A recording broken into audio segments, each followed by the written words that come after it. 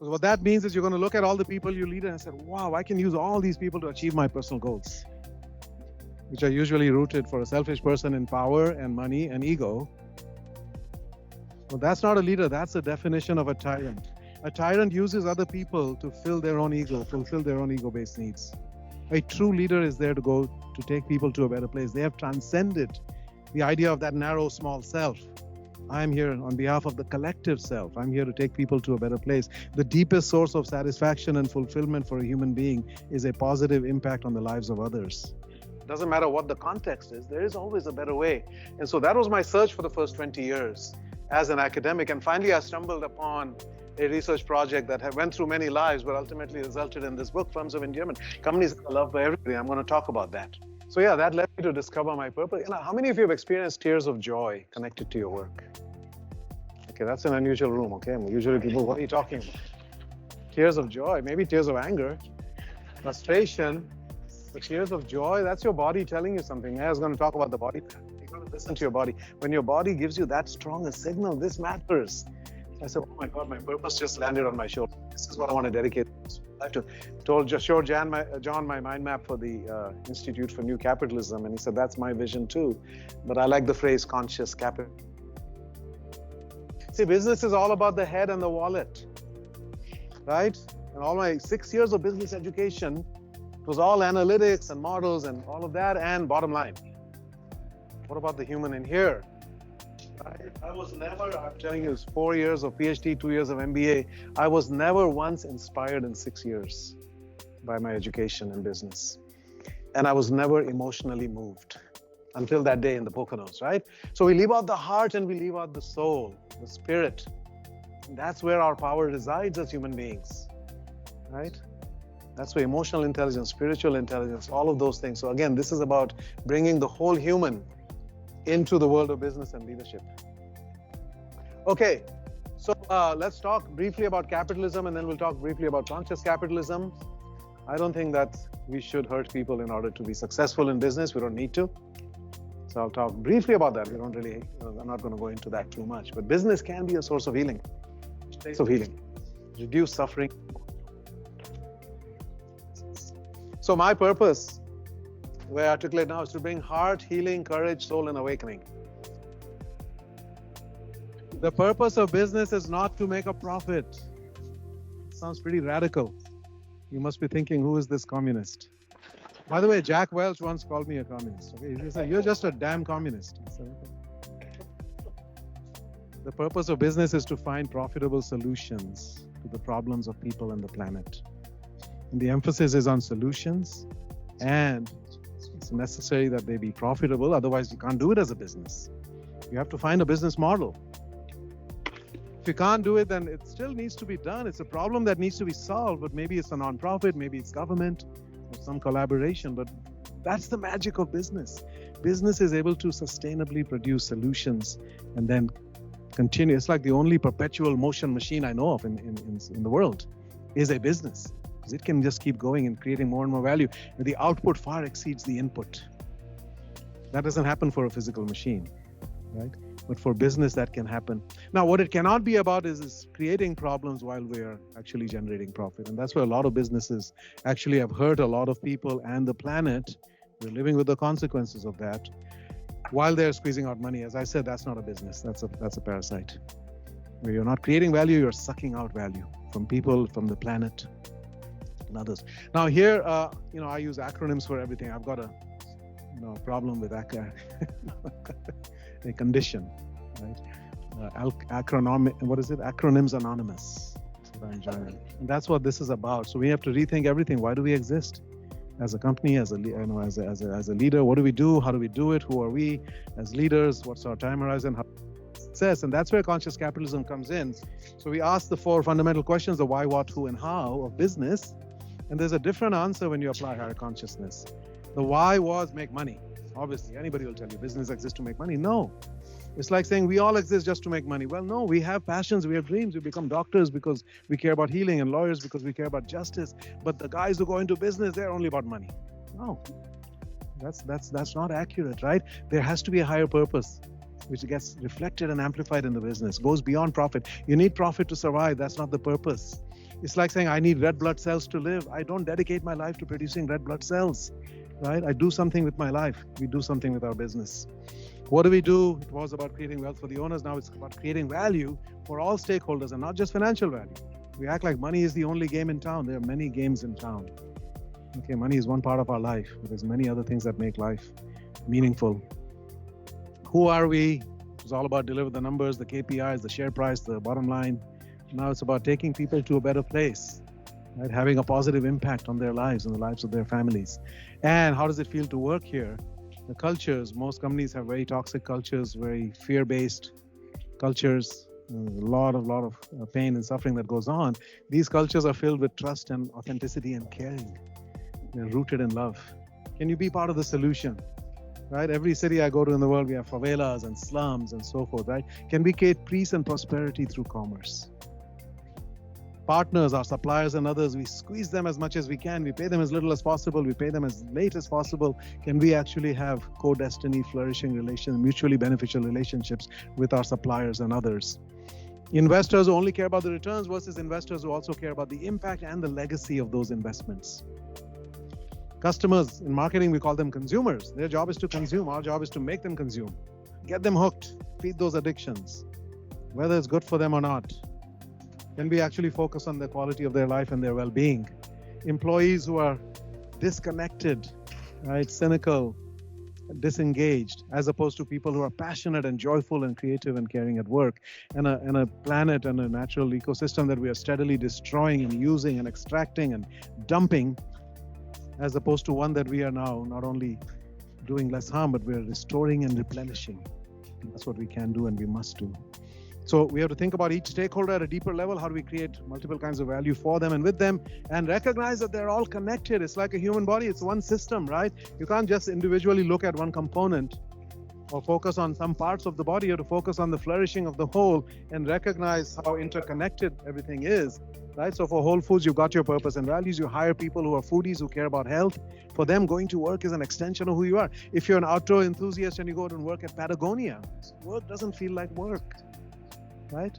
That's what we want, people who care about what the business is about, and then treat them well, give them autonomy, freedom, etc. Treat your suppliers well. You get great products, great service, lots of innovation. Customers are happy, they keep coming back, right? Word of mouth. You don't need to spend money on marketing. Investors are happy. You know, Whole Foods had 4,000% returns for its investors before they had to be acquired by Amazon, one of the highest performing stocks in its industry. And that can just keep going, right? So, but it's like a clock. It only runs. I'm getting a 10-minute signal. Is that correct? You just gave me one more minute? Oh, thumbs up. Okay. Thank you. A clock only runs clockwise. You can't say, I'm going to focus on making as much money as possible, and then we'll give bonuses to our employees, and we're going to donate to the symphony hall or whatever, right? No, you have to focus on what creates value, the drivers of value creation, and that's the cycle that goes, right? Okay, third pillar is leadership, and here the word is selfless. Why selfless? The opposite is selfish. Can you be a selfish human being and call yourself a leader? What may have taken us decades or even centuries to create can be destroyed by a bad leader in very short order, and we're seeing that in the world today. And the fact is that the way we lead impacts the way people live. I used to think leadership is only about 9 to 5, Monday to Friday. What happens at work? People are engaged, passionate. No, they go home, and what happens in their family is a function of what happens at work too.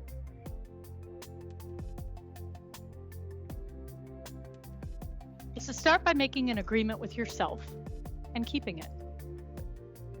It doesn't have to be an enormous one. It can be, wow, I'm pretty tired today. I can feel how exhausted I am. Tonight I'm going to be in bed by 10 o'clock. And then you do it. And then guess what? Your body believes you that you'll listen to it. And then you can take other risks because it knows that if you listen, if you're listening, and it can talk to you and you can adjust, you'll trust yourself to take a few more risks because you'll listen if you need to back off. Does that make sense? Start small, make an agreement with yourself, and keep it. By demystifying and destigmatizing burnout, the second piece is, how do I personalize it for each of you? Because the way you got here is as unique as your fingerprint. The choices you made, your family upbringing, emotions that you're willing to lean into, not your social circle, all sorts of things. So these are the 5 energies. Let's start with physical. So physical energy is about food. It's about how do you nourish yourself?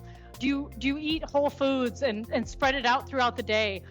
Are you on, there's all sorts of things going on where you do intermittent fasting, you skip breakfast, everybody's got their own thing, okay?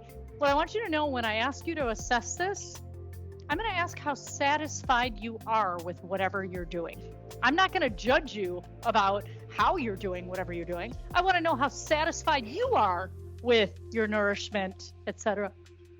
All right, the second one is, are you getting 7 to 9 hours of quality sleep per night? Not just quantity, but quality.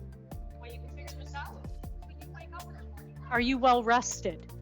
Or do you say things like, wow, the weekend wasn't even enough to catch up on my sleep? Pay attention. The third one we talk about is movement. Do you have a joyful way to move in your body multiple times a week? And energy. Do you have consistent energy throughout the day, or do you find yourself having 3 o'clock energy dips, right? Are there ups and downs in your energy? So the way that I give you a pulse check on this, I'd like you to pay attention and just fill out the first section right now. You know what, you guys, actually, how about if we do this? I want to get you the agreements. So I'm going to let you fill these out on your own. Can we do that? You guys you have it. So please do it on your own. So I'm going to move through these. And what you're basically doing is on a scale of 1 to 10, you're saying 10 being really satisfied and 1 being not satisfied at all. Give yourself a number for food, energy, sleep, movement. Pulse check. When you do it, I don't want you just paying attention to your answers in your head that are on the paper. I want you to also tune into your body map. Are you constricted, tight, heavy, but you're saying everything's a 10? Well, you might have a net drain here, even though your mind's saying you're doing fine. So your body and your mind need to both be saying the same thing. If you have 10s across the board, I bet your body is open, light, easy, and oh yeah, I'm good at that. Okay? So there needs to be alignment, not just with the answers, but with how your body feels as you fill out the answers. When my parents sent me with my grandparents and then I came back, I was like, what did I do wrong that I got sent away? That means I put my thoughts together in a way that makes it being about me. Some people put their thoughts together and data together in a way that blames you. Other people say, let's create harmony here. It's not about me or you. It must be about the weather, the traffic, the leadership. It must be about something that's not us. That's called generalization. How you tend to form your thoughts determines whether you have a net gain or a net drain of energy there.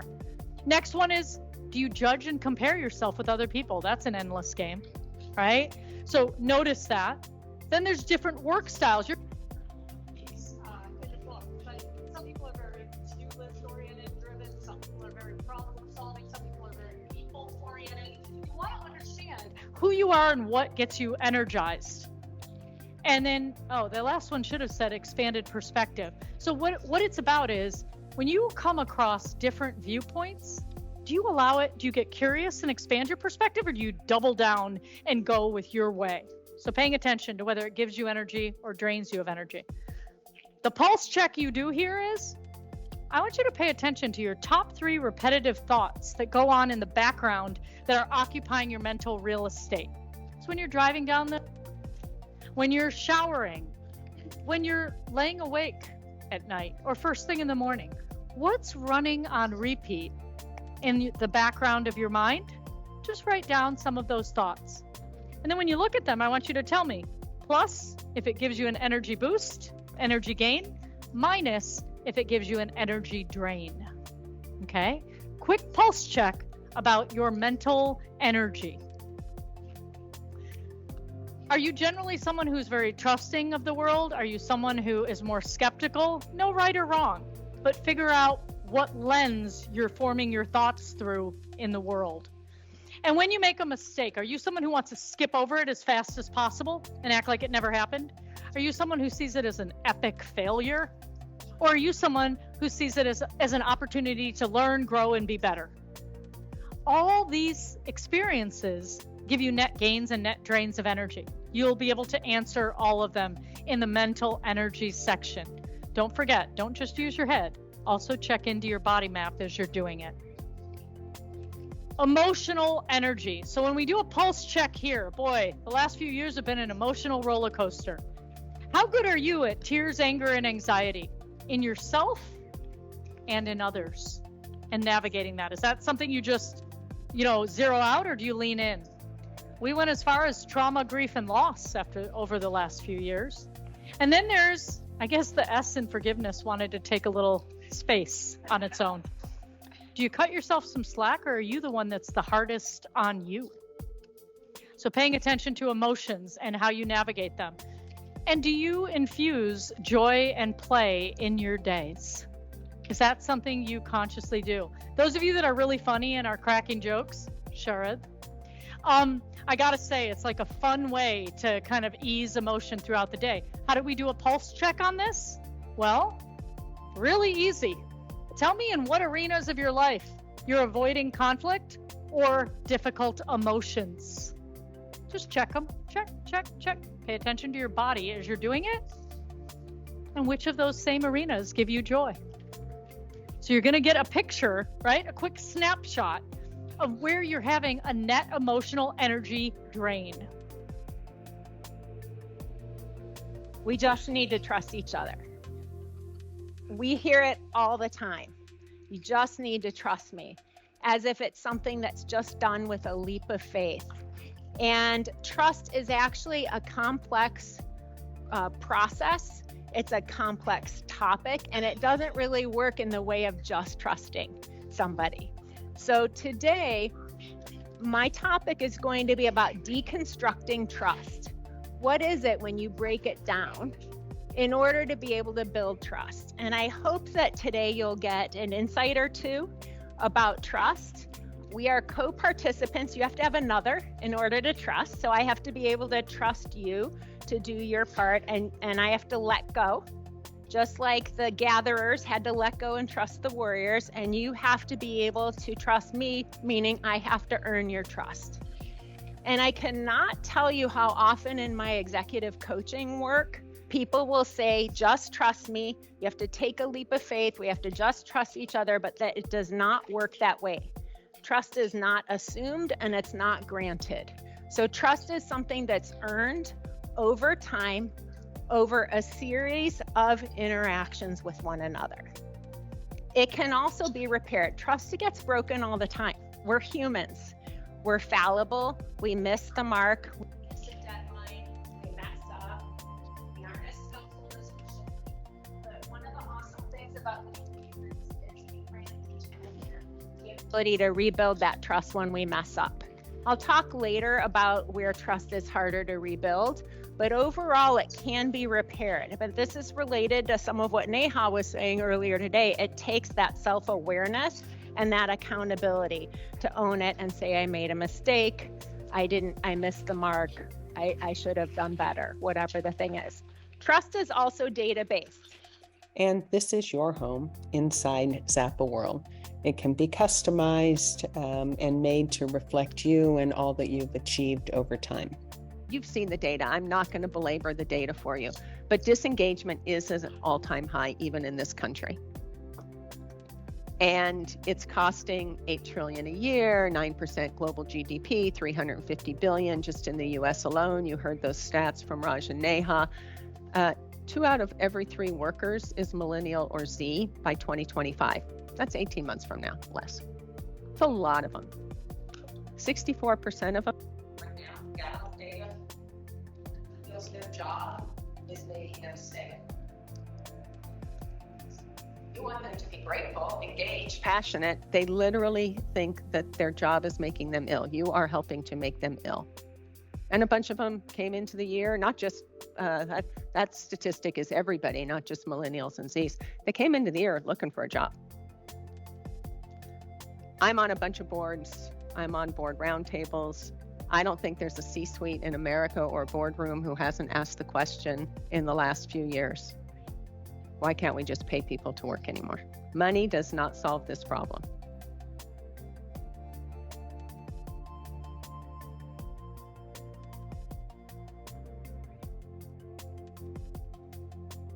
You can discover who's active in your circles as well as new circles and communities to join.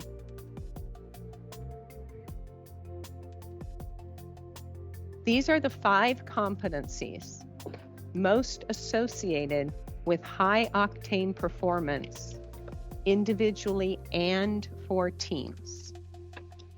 Now you got a tiny taste of that. Tiny taste of what CBLA offers in a 6-month CEO program, a tiny taste of what Xapa offers. We've got hundreds and hundreds of quests teaching this. You just got a sliver. But every single thing is teachable and it's learnable, but you must practice it. You learned about self-awareness. That starts with purpose and reading your own body, the thing that I'm terrible at. Self-control, that amygdala. Self-care. Neha's book about where you have net drain and net gain in your life. And are you paying attention to that? Are you investing in yourself? Communication. 5 levels of listening. 5 levels. And then trust. You learned about 6 different things with trust and how to build it and how to keep it. But that is also really testimony to you. You made an investment in yourself today and you didn't break trust with yourself. You kept it. I'm super proud of you. So I want you to think about for a minute. I'm going to give you 30 seconds to reflect, but I'm going to ask you maybe to share. Think about your teams now. And if you don't think they have side hustles happening, you aren't plugged in. You don't want to be the side hustle. You don't want to be the thing they do for a few hours a day, and they can spread 2 or 3 hours over 8, no problem. You don't want to be the side hustle, the thing they do, money to do the stuff they really care about. Are you the dream job or the job that supports their dreams? So we got to learn to pay people in different ways. What do they want? We call this the enrichment wheel, but these are the conscious currencies that most of them care about. Good mental and physical health. How many boomers and Xers sacrificed their own mental and physical health for the job? How many of you did? I did, 100%. How many people sacrificed? There was whole generations that sacrificed marriages, relationships with families for work. They were a company man. It was all about the work, put the work first. That's just not happening anymore, and that's a good thing. I just want to call this out. That is not a bad thing. But companies have to embrace this. So what do they want? They want good mental and physical health. They want that work-life balance enough, and they want to know that you care, and you're helping them build those skills, and these are skills that you can build and practice. Number one thing, personal and professional growth. Are you investing in them as people and in their careers? How are you investing in them? Do they get to practice? Do they get to move up? Relationships at work, appreciation, impact and purpose. Their own work, they understand the impact and the purpose, and your companies, that there's a higher purpose. Now you might say, I'm not the CEO of my company. I can't decide our higher purpose. That might be true. There are some CEOs in the room, but for a lot of you, you own big functions. You still can and have the responsibility to find the higher purpose in the function, in the work that they're doing, and connect that for people. And if you do that, you will see the engagement and the passion. You will become something more than just the side hustle. We have to connect at the heart, not just the head. All right. This is kind of why Xapa was built. We address every part of that wheel.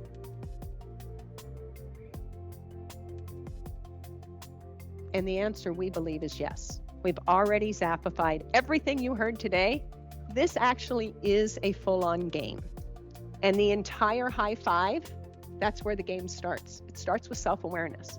So as you level up in the game, you're leveling up in your life skills, your career skills. And as you wander around the world, this is just the house. So The attic is your headspace. You do a lot of cognitive behavioral therapy work, but we can teach you about nutrition because there's a very direct link between nutrition and how your body works and your mind works. So if you're going to invite me over for dinner or lunch or something, don't serve wheat, dairy, sugar, processed foods, milk.